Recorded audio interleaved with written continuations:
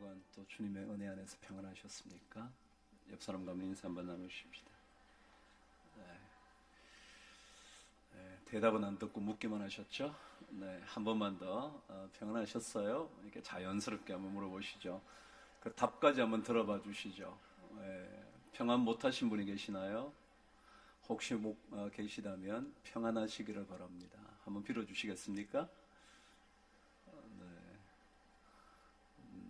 고맙습니다. 평안하신 분들은 더 큰 평안이 넘치게 되기를 바라고, 평안하지 않으신 분들은 오늘 예배를 통해서 주님께서 주시는 평안을 회복하시는 은혜가 있게 되기를 바랍니다. 다 함께 하나님 말씀을 읽도록 하겠습니다. 시편 148편 7편 죄송합니다. 시편 147편 10절에서 15절까지 하나님의 말씀을 함께 읽도록 하겠습니다. 말씀을 찾으셨나요? 시편 147편 10절에서 15절까지 하나님의 말씀을 함께 읽습니다. 시작. 여호와는 말의 힘이 세다 하여 기뻐하지 아니하시며 사람의 다리가 억세다 하여 기뻐하지 아니하시고, 여호와는 자기를 경외하는 자들과 그의 인자하심을 바라는 자들을 기뻐하시는도다. 예루살렘아 여호와를 찬송할지어다. 시온아 내 하나님을 찬양할지어다. 그가 내 문빗장을 견고히 하시고 내 가운데에 있는 너의 자녀들에게 복을 주셨으며 내 경내를 평안하게 하시고 아름다운 밀로 너를 배불리시며 그의 명령을 땅에 보내시니 그의 말씀이 속히 달리는도다. 아멘. 여러분 한 번만 하나님의 말씀을 더 읽겠습니다. 원래는 특별히 우리가 하나님의 말씀에 더 집중하기 위해서 말씀 읽기를 또 시작했는데, 여러분들도 말씀을 다시 한번 집중해서 읽도록 하겠습니다. 시작. 여호와는 말의 힘이 세다 하여 기뻐하지 아니하시며 사람의 다리가 억세다 하여 기뻐하지 아니하시고, 여호와는 자기를 경외하는 자들과 그의 인자하심을 바라는 자들을 기뻐하시는도다. 예루살렘아 여호와를 찬송할지어다. 시온아 내 하나님을 찬양할지어다. 그가 내 문빗장을 견고히 하시고 내 가운데에 있는 너의 자녀들에게 복을 주셨으며 내 경내를 평안하게 하시고 아름다운 밀로 너를 배불리시며 그의 명령을 땅에 보내시니 그의 말씀이 속히 달리는도다. 아멘. 제가 대학 다닐 때 전공이 철학이었습니다. 철학은 크게 대별하면 서양 철학과 동양 철학, 그렇게 말을 합니다. 대학원 과정이나 박사 과정을 들어가면 점점 더 세분화된 전공을 하게 됩니다. 둘 중에 하나를 선택해서, 그 중에 한 철학자를 선택해서, 그 중에 한 주제를 선택하거나 한 개념을 선택해서 연구를 하게 되죠. 그런데 대학 다니는 시절에는 그 모든 것을 맛보기처럼 배워가게 됩니다. 제가 대학 다닐 때 동양 철학 열심히 한 것 같습니다. 저는 중학교 때부터 한자가 섞인 성경을 읽었습니다. 그래서 저는 지금도 한글 성경보다 한자가 섞인 성경을 더 빨리 읽습니다. 그만큼 한자에 열중했던 것 같습니다. 그래서 대학 다닐 때도 동양 철학 과목을 열심히 수강을 했었죠.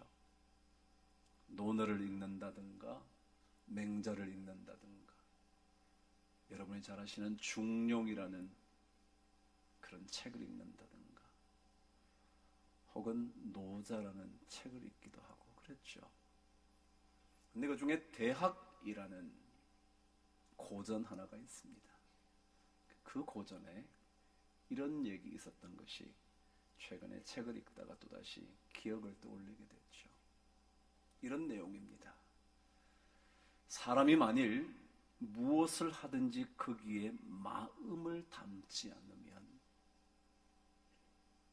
보기는 보지만 제대로 볼 수 없고 듣기는 듣지만 제대로 알아들을 수 없으며 먹기는 먹지만 그 맛을 진짜로 알기는 어렵다 라는 내용의 말이었습니다. 제가 구태여 한자어를 좀 쓴다면 그렇습니다. 심부재언이면 시이 불견이요 청이 불문하며 식이 부지김이라 그랬답니다. 제가 뭐 한자어 얘기하려는 게 아니고요. 심부재, 마음이 부재한다, 없단 말이죠. 있지 않다는 것이요. 사람이 없으면 뭐라 그래요? 부재중, 그러죠? 그러니까 마음이 있지 않으면 시이 불견이요. 시자는 본다는 거죠. 시야가 좁다, 그러잖아요. 그러니까 시자가 볼 시자거든요. 근데 보기는 하지만 불견이라, 견자도 뭐냐면 볼견자예요. 참 이상하죠?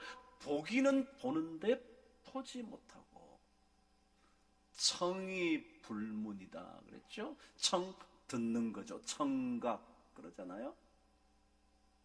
듣기는 들었는데 불문, 여기에 들을 문자거든요. 듣기는 들었는데 제대로 듣지를 못한 거예요. 먹기는 먹지만 그 맛, 김이 그 맛을 부지 모른다 그랬습니다. 마음이 담겨져 있지 않으면, 마음이 없으면 아무리 듣고 보아도 아무리 보고 들어도 우리는 제대로 보지 못하고 듣지도 못한다고 옛 사람들은 말했죠. 그래서 시청자가 되지 말고 견문자가 되어야 한다, 그런 얘기를 참 많이 들었습니다. 여러분 텔레비전 시청하시죠? 보고 듣죠?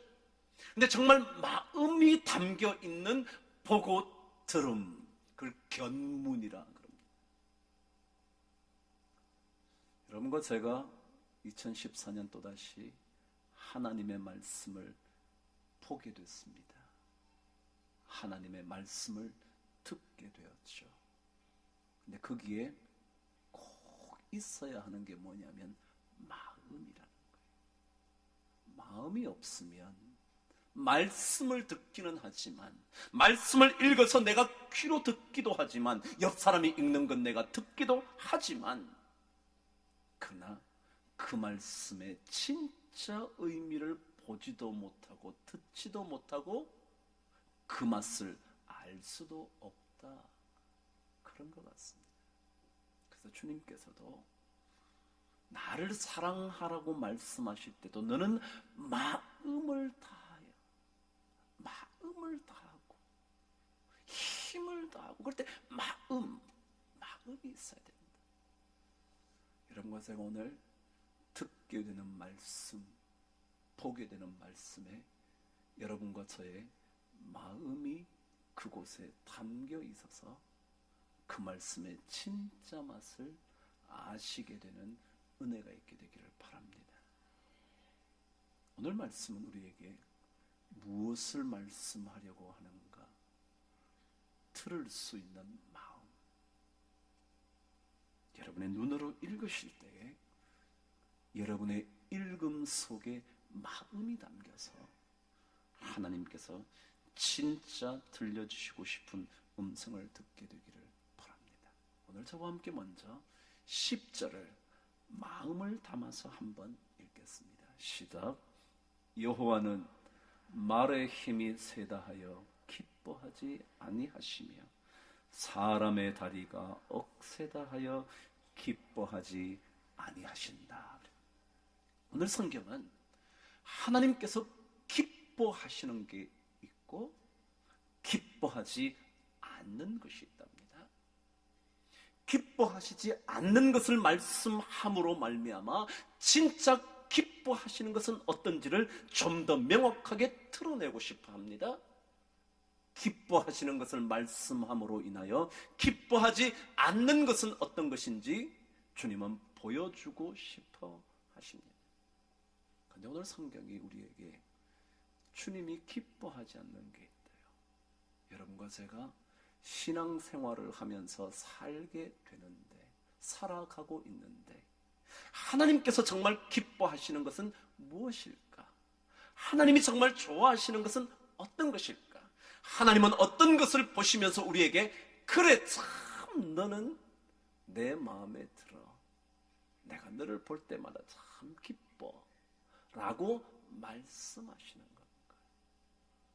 오늘 성경은 기뻐하지 않으시는 것 두 가지를 적어 놓았습니다. 하나는 말에 힘이 센 것, 그리고 사람의 다리가 억센 것 그랬습니다.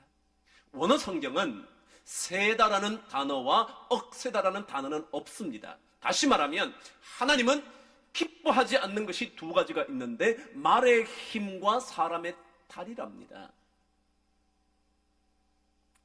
사실은 두 말이 의미가 비슷합니다. 제가 오늘 말씀을 함께 나눌 때 여러분이 듣고 보시면서 이 말씀의 뜻이 여러분과 저에게 진짜 의미 있게, 맛이 있게 깨달아지게 되기를 바랍니다. 오늘 성경이 우리에게 말의 힘을 주님께서 기뻐하지 않으신대요. 말의 힘, 말이 뭔가요? 말이죠. 근데 그 말은 우리가 가지고 있는 겁니다. 말이 말을 가지고 있는 것은 아니잖아요. 다시 말하면 말이라는 것은 우리가 지니고 있는 것, 소유하고 있는 것, 우리가 갖고 있는 것, 그 가지고 있는 것의 힘을 주님께서 기뻐하지 않는데요. 여러분 무슨 힘을 갖고 계시나요? 여러분이 가지고 계신 것이 뭔가요? 돈을 갖고 계셔서 힘이 있으신가요? 좀 더 많은 지식을 갖고 계셔서 지식의 힘을 갖고 계신가요? 공직에 계시다가 점점 더 큰 권력 가지게 되셨나요? 근데 주님께서 그 가지고 있는 힘을 싫어하신대요. 이상하지 않나요? 여러분이 돈 가지고 있어서 힘이 있다면 하나님이 그거 싫어한대요. 여러분이 지식을 가지고 있어서 그 지식이 여러분의 힘이 되고 있다면 싫어한대요. 이상하죠? 그런데 사실은 여러분 그런 뜻이 아닐 거예요. 하나님께서 여러분이 돈을 많이 가지게 돼서 힘이 있는 거 왜 싫어하시겠어요? 여러분이 더 많이 배우셔서 하나님을 알 뿐만 아니라 사람들에게 가르칠 수 있는 지식이 있다는 것 왜 싫어하시겠어요? 여러분이 최선을 다해서 점점 더 여러분의 힘, 세력이 커지는 것 왜 싫어하시겠어요? 그런데도 싫대요. 의미가 있어요. 여러분 성경은요, 말, 달리는 말이요, horse라는 말이 가지고 있는 가장 중요한 특징 하나가 있답니다. 그것을 예레미야 8장 6절은 이렇게 가르쳐 줍니다. 여러분 예레미야 8장 6절로 가보시죠. 제가 가지고 있는 성경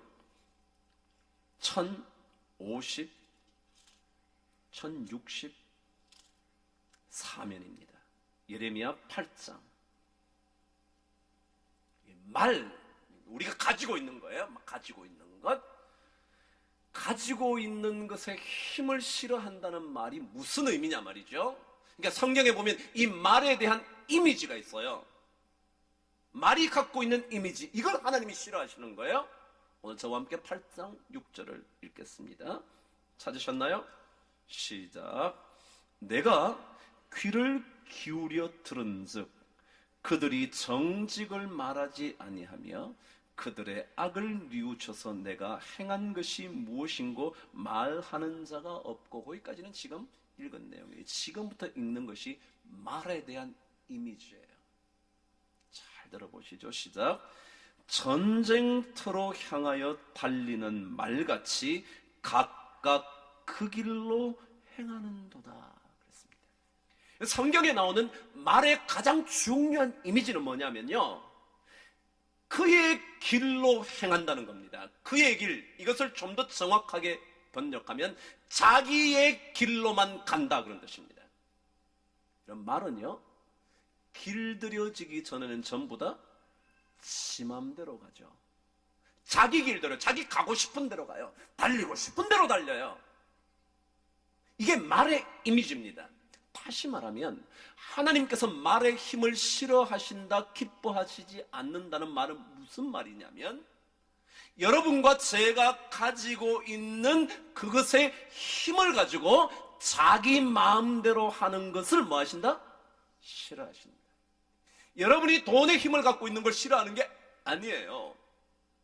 여러분이 많은 공부를 해서 지식을 갖고 있는 거 싫어하시는 게 아니에요. 싫어하시는 것은 그 돈의 힘을 가지고 자기 하고 싶은 대로 마음대로 하는 것, 그 지식을 가지고 자기가 행하고 싶은 대로 행하는 것, 권력을 가지고 지가 원하는 대로 마구마구 그 권력을 쓰는 것, 그것을 싫어한대요. 하나님께서 여러분에게 모든 것을 허락하시는 분이 어찌 여러분이 가지게 되신 것을 싫어하시겠습니까? 더 열심히 땀을 흘려 벌게 된 돈을 왜 싫어하시겠습니까? 여러분이 성실과 최선을 다해서 얻게 된 지식과 권력과 여러분의 지위를 하나님께서 왜 기뻐하시지 않으시겠습니까? 그게 아니라 여러분이 가지게 된 힘, 말의 힘, 그것이 여러분과 저 자신의 마음대로 쓰여질 때, 돈을 많이 갖게 됐는데 그것을 여러분 마음대로 쓸 때, 오늘 말씀대로 전쟁터로 향하는 말처럼 각각 그의 길로 가는 거예요. His own course. 영어는 그렇게 번역해요. His own course는 그가 가지게 된 자기 자신만의 코스가 있다는 거야. 코스. 그 코스로 가는 거야. 하나님이 말하는 거 관계없어요. 내가 내 돈 벌었는데 내 마음대로 써야지 라고 말하는 거, 그것을 싫어하신다. 사람의 다리가 억센 것도 기뻐하니, 이것도 똑같은 말입니다. 여러분, 다리는 뭐 하는 거예요? 걸어가는 거죠. 그죠? 걸어가는, 자기가 갈 수 있는 대로 가는 거예요. 지가 원하는 대로 가는 거예요. 자기가 하고 싶지 않으면 안 가는 거예요. 가고 싶으면 글로 막 가는 거예요. 아무리 말려도 가는 거예요. 그게 사람의 다리라는 뜻이에요. 주님께서 부활하신 다음에 제자인 베드로에게 하신 말씀이 있었어요.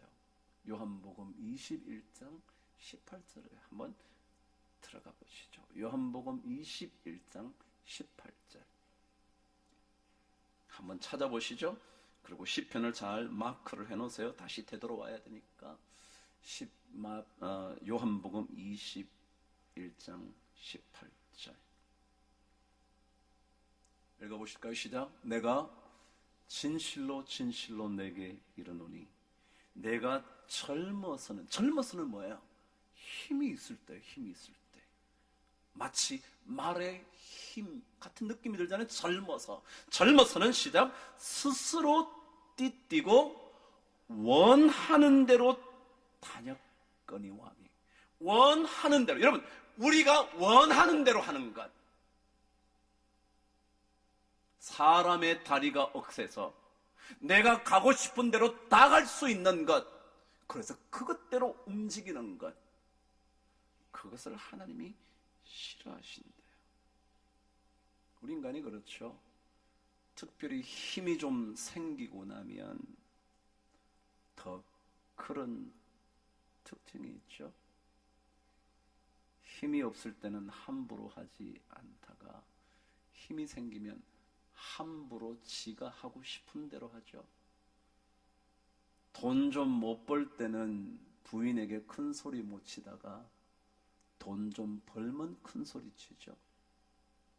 자식에게 제대로 채워주지 못하다가 돈 좀 벌어서 잘 손에 쥐어줄 수 있게 되면 자식을 내 마음대로 하려고 그러죠.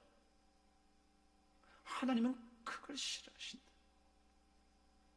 힘이 있으니 못할 게 뭐가 있겠습니까? 다 할 수 있겠죠. 그래서 자기가 원하는 대로 하게 될 때 하나님은 그것을 기뻐하시지 않는 겁니다. 여러분과 저의 힘을 믿고 마음 내키는 대로 다 할 수 있다고 생각하는 것, 그것을 하나님은 기뻐하시지 않는다고 성경은 가르쳐 줍니다. 근데 여러분 사실 곰곰이 생각해 보세요. 곰곰이. 이 사람들은요, 호학심사라 그랬어요. 호, 좋아할 호자, 학, 배울 학자. 배우기를 좋아하고, 심자, 깊을 심자, 사, 생각할 사자. 배우기를 좋아하시고 생각을 깊이 해라 그랬어요. 여러분 한번 가만히 생각해 보세요. 우리가 힘이 있으니까, 가지고 있는 것에 힘을 가지고 있으니까 그것 가지고 마음대로 하면 다 할 수 있는 것처럼 느껴지지만 가만히 생각해 보세요. 사실은 그것으로 모든 게 되는 게 아니라는 것 아시지 않나요? 돈 가지고 다 될 것 같지만 안 된다는 것 사실은 조금만 더 깊이 생각해 보시면 아시지 않나요? 내가 건강해서 마음대로 다 할 수 있을 것 같지만 어쩌다가 건강의 적신호가 찾아오면 아무것도 못하게 될 수도 있다는 건 여러분 아시지 않나요? 조금만 더 깊이 생각해 보시면. 그래서 주님은 미리 우리에게 가르쳐줘요. 조금 더 생각해 봐라야. 네가 가지고 있는 말에 힘이 있다고? 네가 다리가 참 튼튼해서 네 마음대로 갈 수 있다고? 원하는 것 다 할 수 있다고 생각한다고? 그거 아니잖아 라고 주님께서 말씀하시는 거죠. 정말 그렇지 않나요? 우리의 마음대로 되지 않는 게 얼마나 많은가요? 자식이 여러분의 마음대로 되시던가요? 건강을 우리 마음대로 건강하고 싶다고 하게 될 수 있던가요? 우리는 뒤늦게 깨닫잖아요. 우리가 지니고 있는 그 무엇의 힘으로 되는 게 없는 때가 더 많은데 우리는 조금만 힘이 생기면 그것을 가지고 말처럼 자기가 원하는 대로 마구 달려가는 그런 인생을 살지 않는가. 그것을 주님은 기뻐하지 않는다. 우리 성도들의 건강에 이상이 생겼다는 소식을 들으면 참 마음이 아프죠. 가정이 생각지도 못한 어려움에 부닥치게 됐을 때 고통스러워하는 모습을 보면 참 제 마음도 점여오죠. 그럴 때마다 정말 숙연해지고 겸손해지죠. 우리가 가지고 있는 말의 힘, 우리의 든든한 인생의 다리 같은 것으로 우리가 마음대로 갈 수 있다고 생각했던 것들이 얼마나 아닌가, 잘못된 생각인가 알 수 있게 되지 않나요? 하나님은 정말 우리에게 기뻐하지 않는 것 있다는 사실 마음을 담아 여러분이 들을 수 있게 되기를 바랍니다. 그렇다면 하나님은 뭘 기뻐하실까? 오늘 성경 11절은 이렇게 가르쳐 주죠. 시작. 여호와는 자기를 경외하는 자들과 그의 인자하심을 바라는 자들을 기뻐하시는도다. 하나님이 기뻐하시는 게 있대요.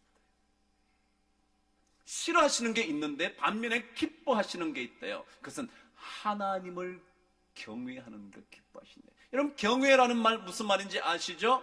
쉽게 표현하면 두려워한다, 그런 뜻이랬죠. 그래서 영어로 fear, 두려움. 그러니까 하나님 두려운 줄 알아야 된다는 거죠.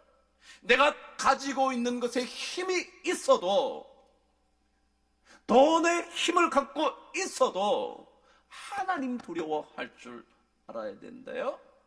내가 권력이 있어도 하나님이 두려운 줄 알아야 된대요. 내가 뭐든지 할 수 있는 여러 힘들을 가지고 있다 하더라도 우리는 하나님이 두려운 줄 알아야 된다는 거죠. 하루 강아지에 불과한 우리가 범을 무서워할 줄 알아야 된다는 거죠. 그것을 하나님이 기뻐하신다. 자기가 가지고 있는 것으로 자기 마음대로 하는 사람이 아니라 자기가 가지고 있는 힘은 있지만 여전히 하나님을 경외할 줄 아는 사람, 그 사람을 기뻐하신다. 근데 그 뒷말은 우리에게 하나님이 진짜 기뻐하는 게, 그게 뭐라고요? 그의 인자심을 바라는 자들을 기뻐하신다. 바란다. 야할이라는 단어는요, 무슨 뜻이냐면 그것에다가 혹은 그 사람에다가 희망과 소망을 둔다, 그런 뜻입니다. 다시 말하면 하나님은 어떤 사람을 기뻐하시느냐 하면, 어떤 인생을 기뻐하시느냐 하면 자신의 인생의 소망, 꿈, 희망을 하나님께 두고 사는 사람, 그 사람을 기뻐하신다. 2014년 꿈이 있으시겠죠? 희망이 있으시죠? 소망을 품고 계시죠? 근데 그 소망과 희망과 꿈이 하나님이어야 한다는 거예요. 그분의 사랑, 긍휼, 그분의 은혜, 그것을 희망으로 두고 살아야 한다는 거예요. 왜요? 이 땅에 어떠한 것들도 우리의 영원한 소망일 수 없거든요. 그럼 돈 가지고 있다고 그것이 여러분의 영원한 소망 될 것 같으세요? 착각하지 마세요. 아무리 돈이 있어도요, 그 돈이 아무런 효력을 발휘하지 못할 날이 금방 와요. 그 돈을 가지고 자식에게 영향을 미칠 수 없는 날이 금방 와요. 그 돈을 쏟아부어도요, 그 돈에 놀랍고도 놀라운 힘을 여러분이 하나도 누리지 못할 날이 금방 와요. 여러분 무엇이나요? 여러분 성경은 말해요. 그것들은 우리의 희망이 될 수 없다고. 그것들은 우리의 소망의 대상이 될 수가 없다고. 이 땅에 그 어떤 것이 우리의 영원한 소망이 될까요? 김용택이라는 시인이 첫사랑이라는 시를 썼어요. 여러분 첫사랑 아시나요? 알아요? 몰라요? 몰라요? 네, 첫사랑의 사람이요, 다른 사람하고 결혼하면 배가 아프고요, 첫사랑하고 결혼하면 머리가 아파요. 그게 첫사랑이거든요. 근데 김용택이라는 시인이 첫사랑, 정말 애틋하잖아요. 그 사랑에 대해 시를 썼는데 이렇게 썼어요. 바다에서 막 건져 올린 해 같은 처녀의 얼굴도, 이게 첫사랑의 표현이잖아요. 바다에서 막 건져 올린, 여러분 해돋이 보셨나요? 갑자기 바다에 쫙 떠오르는 해 같은 그 첫사랑의 처녀 시절의 얼굴도, 새봄에 피어나는 산중의 진달래 꽃도 봄이 되면 어느새 산 구석구석마다 진달래가 하나 둘씩 피어오르고, 설날 입은 새 옷도 새로운 마음으로 옷을 단장하고 세배를 올리던 그 새 옷도, 아, 꿈 같은 어떤 그때 이 세상 전부 같은 사랑도 다 낡아간다네.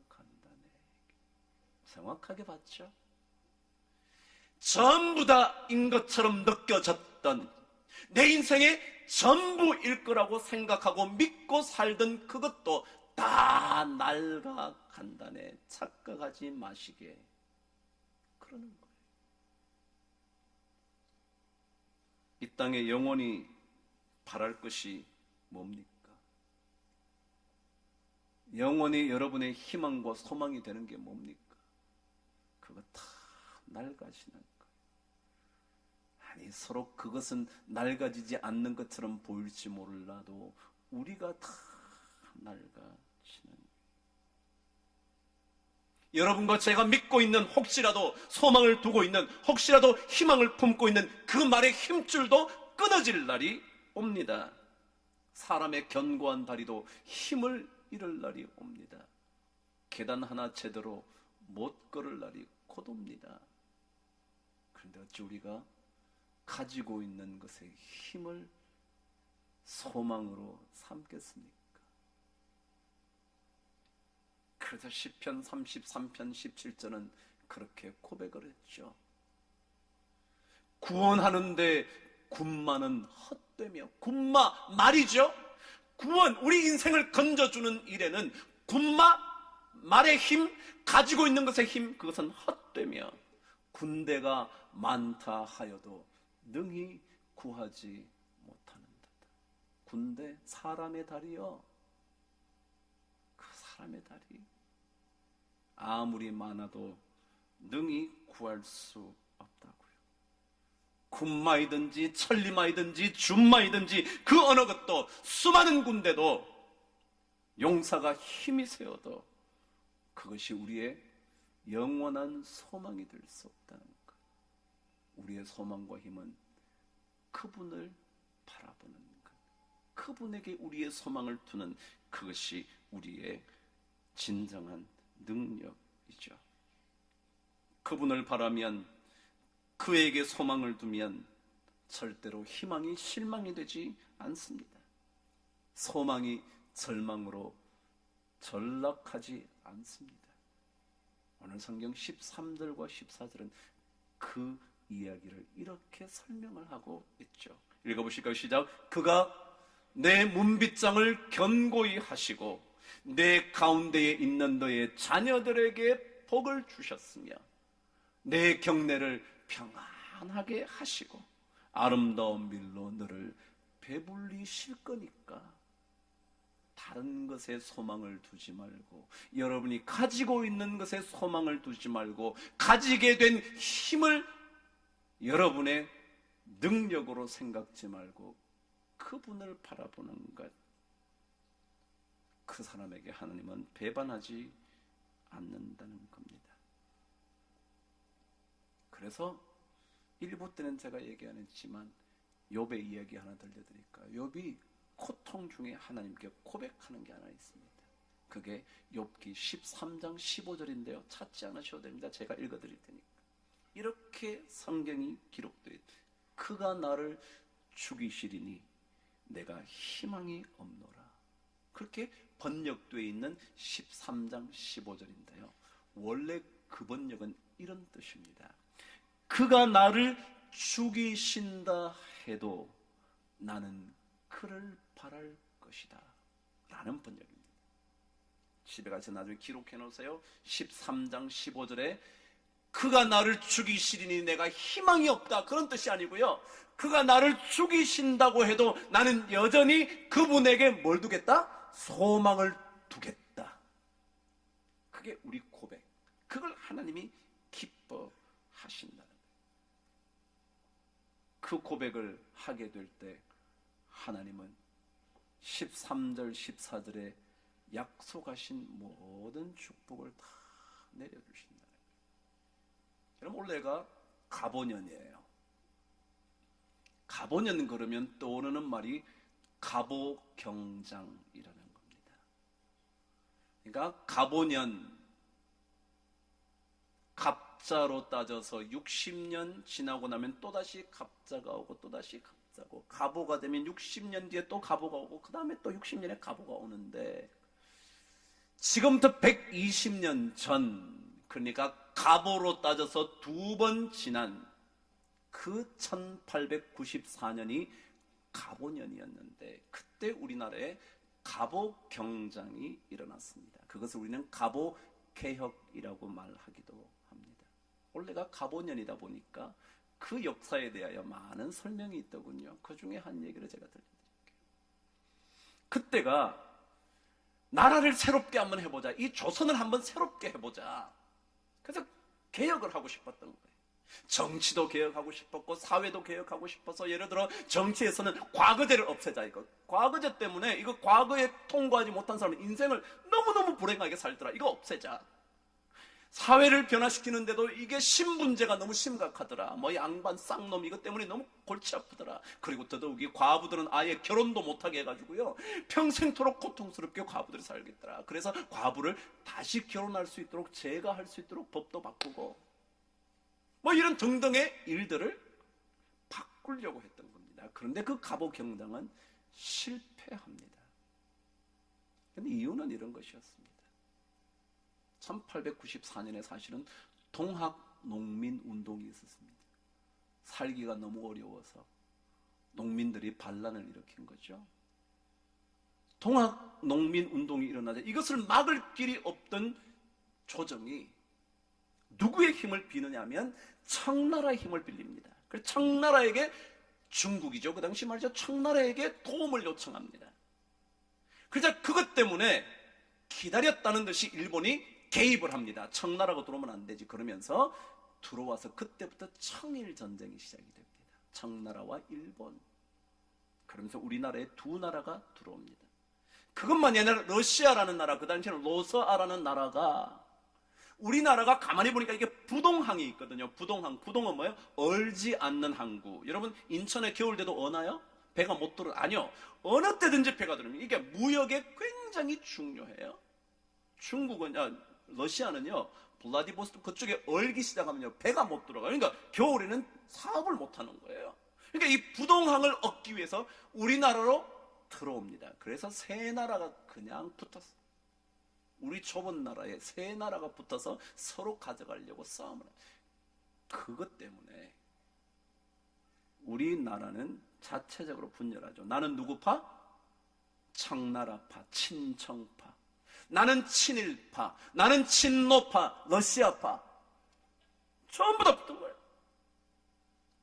그런데 그런 사람들끼리 서로 나누어지다가 오히려 나라가 개혁 한 번 못하고 무너져 버려요. 이것을 두고 1926년에 국어학자였던 최현배라는 우리말 사전을 편찬했던 최현배 선생님이 동아일보에다가 이런 글을 남겼답니다. 조선민족 갱생에도 조선민족이 다시 살아날 수 있는 길이라는 글을 신문에다가 썼는데 이런 내용이었답니다. 친청파, 친일파, 친노파라는 당파들이 제각기 자당의 의뢰처가, 그러니까 자기들의 의뢰하고 있는 그것이 가장 공고해야만 조선이 능히 살아나갈 수 있다고 하였다. 그러니까 친청파는 청나라와 잘해야 된다. 청나라와 잘해야 된다. 일본을 지지하는 사람들은, 친일파들은 일본하고 붙어야 된다.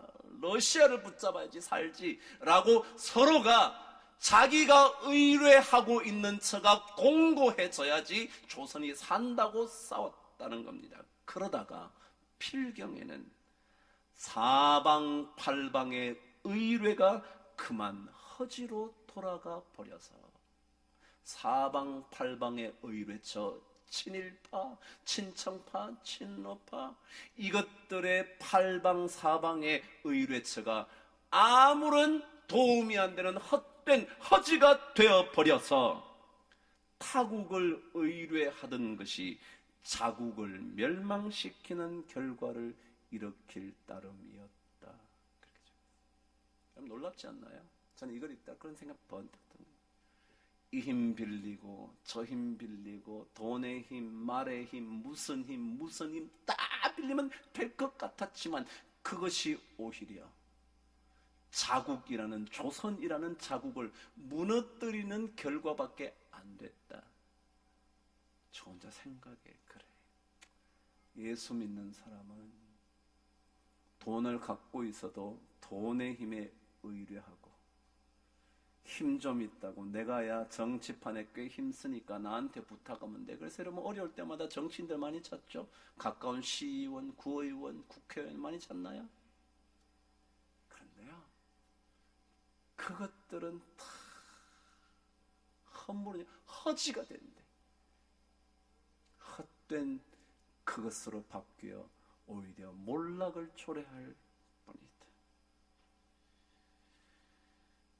그러면 하나님은 하나님께만 소망을 두기를 바랍니다. 그런 사람들을 기뻐하십니다. 그런 사람들에게 하나님은 문빗장을 견고케 하시고 그 안에 있는 그의 자녀들에게 복을 주시고 그 경내를 평안하게 하시고 아름다운 밀로 배불려 주실 것입니다. 그래서 우리는 하나님께 소망을 둬야 합니다. 가지고 있는 힘이 많으면 많을수록 오히려 하나님을 두려워하고 하나님께 소망과 희망을 둬야 합니다. 결론입니다. 이렇게 되려면 우리에게 뭐가 필요합니까? 오늘 성경 15절은 우리에게 그 결론을 들려줍니다. 읽어보실까요? 시작.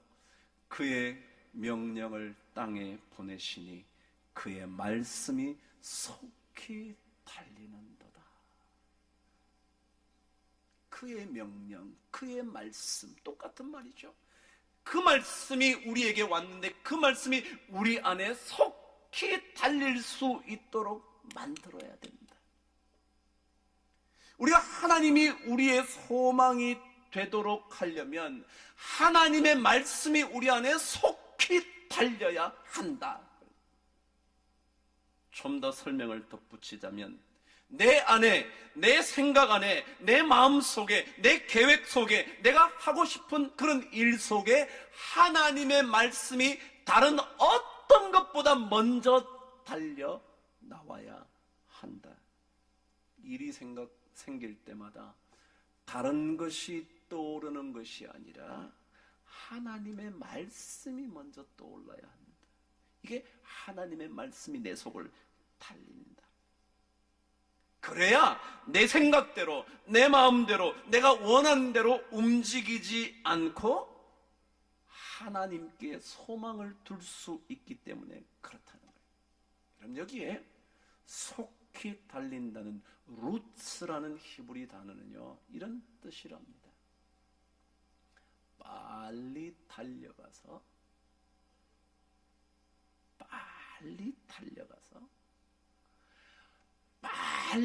달려가서 환영하면서 가지고 온다. 다시 한번요. 빨리 달려가서 뭐라고요? 환영하면서 가지고 온다. 하나님의 말씀을 우리가 어떻게 하라고요? 막 빨리 달려가서 그 말씀을 가지고 온다. 이게 루츠라는 단어예요. 속히 달린다. Run swiftly. 빨리 달린다는 뜻이 뭐냐면 빨리 달려나가가지고 환영하면서 빨리 갖고 오는 거예요. 예수 믿는 사람들은 하나님의 말씀을 빨리 환영하면서 갖고 와야만 합니다. 그래서 그것이 우리 삶 속에 달릴 수 있도록 오늘 주제죠. 하나님의 말씀을 달리게 하십시오. 여러분, 하나님의 말씀은요, 글이 아니에요. 하나님의 말씀은 능력이에요. 왜요? 하나님은 말씀으로 없는 것들을 창조하셨어요. 말씀으로 모든 것을 지으셨죠. 그러니까 말씀은 능력이거든요. 그러니까 이 말씀이 우리 안에 달리게 해야 돼. 하나님의 능력이 우리 안에 달려야지 다른 것들이 우리에게 능력이 되면 안 돼요. 그래서 하박국 선지자가 하나님의 음성을 들었을 때 이런 얘기를 듣게 되었잖아요. 하박국서 2장 2절에 여호와께서 내게 대답하여 이르시되 너는 이 묵시를 기록하여 판에 명백히 새기되, 그 다음 뭐예요? 달려가면서도 읽을 수 있게 해라. 빨리 달리면서도 말씀이 우리에게 들려지도록 합니다. 우리 인생의 길 너무너무 바쁘게 지나갈 때에도 하나님의 말씀이 우리에게 읽혀져야 돼요. 마음을 담아 하나님의 말씀을 읽고 들어야 돼요. 그렇게 되면 이 묵시는 정한 때가 있나니 결코 거짓되지 아니하리라. 비록 더딜지라도 기다리라. 지체되지 않고 반드시 응하리라. 그런 거예요. 하나님의 말씀이 우리 인생에 아무리 바쁜 인생, 뭐 돈 잘 벌어서 바쁘고 뭐 돈이 안 벌려져서 다른 일에 마구마구 우리 인생을 몰고 갈 그때에도 말씀을 읽을 수 있도록 하라. 말씀을 달리게 하면 그때 하나님의 능력이, 하나님의 은혜가, 하나님의 약속하신 축복이 임하게 될 줄 믿습니다. 2014년 여러분과 함께 살아가기 시작합니다. 잘 살아야겠죠. 우리 인생을 함부로 살 수 없죠. 그래서 그냥 진지하게 살아야 한다 그렇죠. 그럼 진지하다라는 말은 참진, 지자가 뭐냐면 붙잡을 지, 잡을 지자예요. 물론 도탑다, 아주 신실하고 그렇다 그런 뜻도 있지만 잡을 지자예요. 제가 한번 말해볼까요? 진지하게 산다는 건 뭐냐면 진짜로 잡을 걸 잡아야 돼요. 다른 것 잡으면 아까 뭐라고요? 다 낡아지리라. 근데 진짜 잡을 것, 하나님의 긍휼과 인자하심을 우리가 희망으로 삼아야 되는 그것을 붙잡으면, 그 진지하게 살면, 진짜 잡아야 될 것을 잡으면, 그러면 그 인생은 하나님의 약속한 것 반드시 응하게 되는, 응답받게 되는 그런 축복의 인생 될 줄 믿습니다. 2014년 여러분과 제 가운데 하나님의 말씀이 늘 달릴 수 있는 그런 은혜로운 한 해가 되기를 주의 이름으로 축복합니다. 기도하겠습니다. 하나님 아버지, 오늘도 주님의 말씀을 듣습니다. 마음이 담겨져 있는 들음이 되게 하여 주셔서 듣고도 들리지 않는 인생이 아니라 들어서 그 진짜 맛을 깨닫는 삶이 되도록 축복하여 주시옵소서. 여러 일들을 만날 때 하나님의 말씀이 속히 달릴 수 있도록, 달려가서 환영하며 그 말씀을 가져올 수 있도록 우리로 하여금 하나님의 말씀에 붙들려 살게 하여 주시옵소서. 예수님 이름으로 기도드립니다. 아멘.